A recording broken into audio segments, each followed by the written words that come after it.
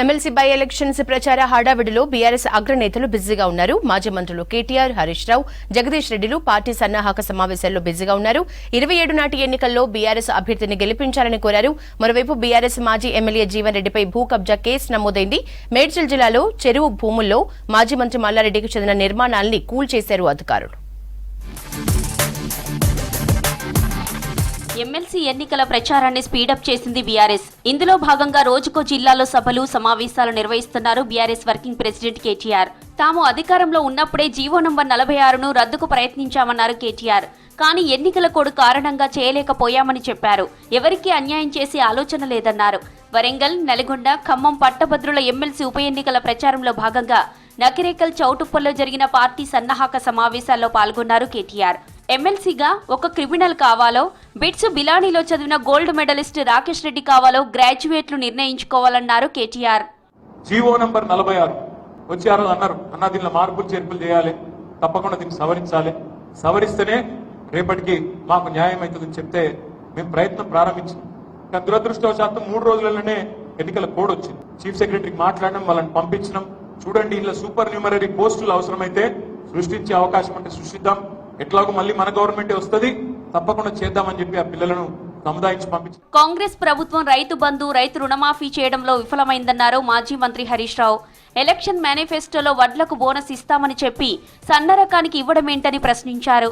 సాగునీరు, కరెంటు సప్లైలో సర్కార్ ఫెయిల్యూర్ అయిందని విమర్శించారు. ప్రభుత్వంతో పోరాడి అన్ని రకాల వడ్లకు బోనస్ వచ్చే విధంగా పోరాడతామన్నారు. ఖమ్మం జిల్లా సత్తుపల్లి పర్యటనలో భాగంగా తల్లాడ మండలం నూతనకల్ రైతుల సమస్యలు అడిగి తెలుసుకున్నారు హరీష్. అన్ని రకాల వడ్లకు బోనస్ ఇవ్వాలని చెప్పి రైతులు డిమాండ్ చేస్తా ఉన్నారు. వడ్లకు బోనస్ ఇవ్వమంటే కొంతమంది వ్యవసాయం తెలియని వాళ్ళు మరుగుతున్నారని మాట్లాడుతున్నారు. రైతులకు 7,500 రైతు భరోసా ఇస్తామని, వ్యవసాయ కూలీలకు 12,000 ఇస్తామని నమ్మించి కాళ్ళల్లో మొక్కి చేతులల్లో బట్టి ఇవాళ అధికారంలోకి వచ్చి 6 నెలలైనా రైతు భరోసా రాలేదు, బోనస్ రాలేదు. పైగా సన్నాలకు మాత్రమే బోనస్ ఇస్తామని బోగస్ మాటలు మాట్లాడుతూ ఉన్నారు. బీఆర్ఎస్ పాలనలో ప్రతిష్టాత్మకంగా ప్రారంభించిన టిమ్స్ ఆసుపత్రుల నిర్మాణాలపై మంత్రి కోమటిరెడ్డి విమర్శలు బాధాకరమన్నారు మాజీ మంత్రి హరీష్ రావు. జనాభా అవసరాలకు అనుగుణంగా పేదలకు నాణ్యమైన వైద్యాన్ని అందించాలని అప్పటి ప్రభుత్వం సంకల్పించిందని ట్వీట్ చేశారు. ఎక్కువ అంతస్తులుంటే పేషెంట్లు ఇబ్బందులు పడతారంటున్న మంత్రి కోమటిరెడ్డికి రాజస్థాన్లో అప్పటి కాంగ్రెస్ సీఎం గెహ్లోట్ నిర్మాణం ప్రారంభించిన 24 అంతస్తుల ఆసుపత్రి కనిపించడం లేదా అని ప్రశ్నించారు హరీష్.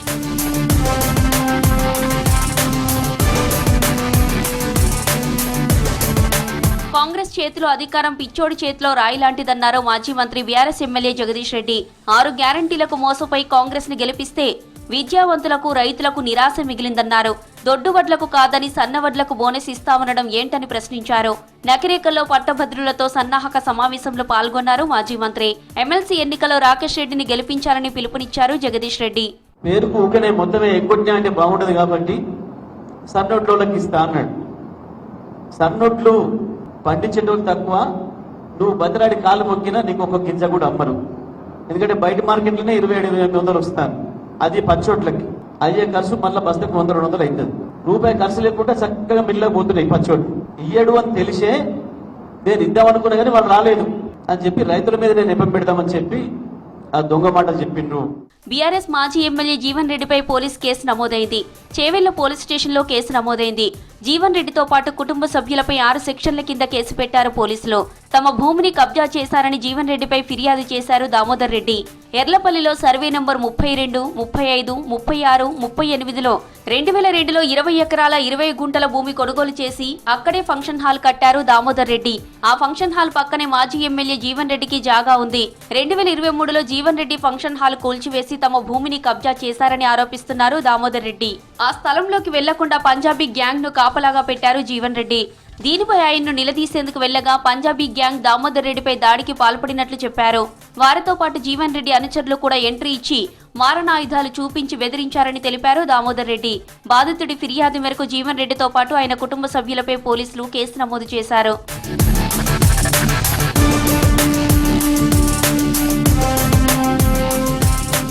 మాజీ మంత్రి బీఆర్ఎస్ ఎమ్మెల్యే మల్లారెడ్డికి మరో షాక్ తగిలింది. మేడ్చల్ జిల్లా బొమ్మరాసిపేట గ్రామంలోని పెద్ద చెరువు బఫర్ జోన్లో మాజీ మంత్రి మల్లారెడ్డి నిర్మించిన ప్రహరీని కూల్చివేశారు అధికారులు. గ్రామంలో పెద్ద చెరువు FTL బఫర్ జోన్లో పలువురు 25 ఎకరాల స్థలంలో ప్రహరీ నిర్మించారు. అందులో మల్లారెడ్డికి సంబంధించి సర్వే నెంబర్ 408లో 7 ఎకరాల ప్రహరీ ఉంది. దీనిని డిఎల్పిఓ ఆధ్వర్యంలో శామీర్పేట్ రెవెన్యూ, ఇరిగేషన్ అధికారులు జేసీబీలతో కొల్చివేశారు. కొద్ది రోజుల క్రితం సుచిత్ర సర్కిల్లోని ఓ స్థల వివాదంలో మల్లారెడ్డి, ఆయన అల్లుడు ఎమ్మెల్యే రాజశేఖర్ రెడ్డిని పోలీసులు అరెస్ట్ చేశారు. అంతకుముందు ఇంజనీరింగ్ కాలేజ్ దగ్గర ఆక్రమించి వేసుకున్న రోడ్డును అధికారులు ధ్వంసం చేశారు. వరుస భూ కబ్జా వివాదాలతో ఉక్కిరిబిక్కిరవుతున్నారు మల్లారెడ్డి.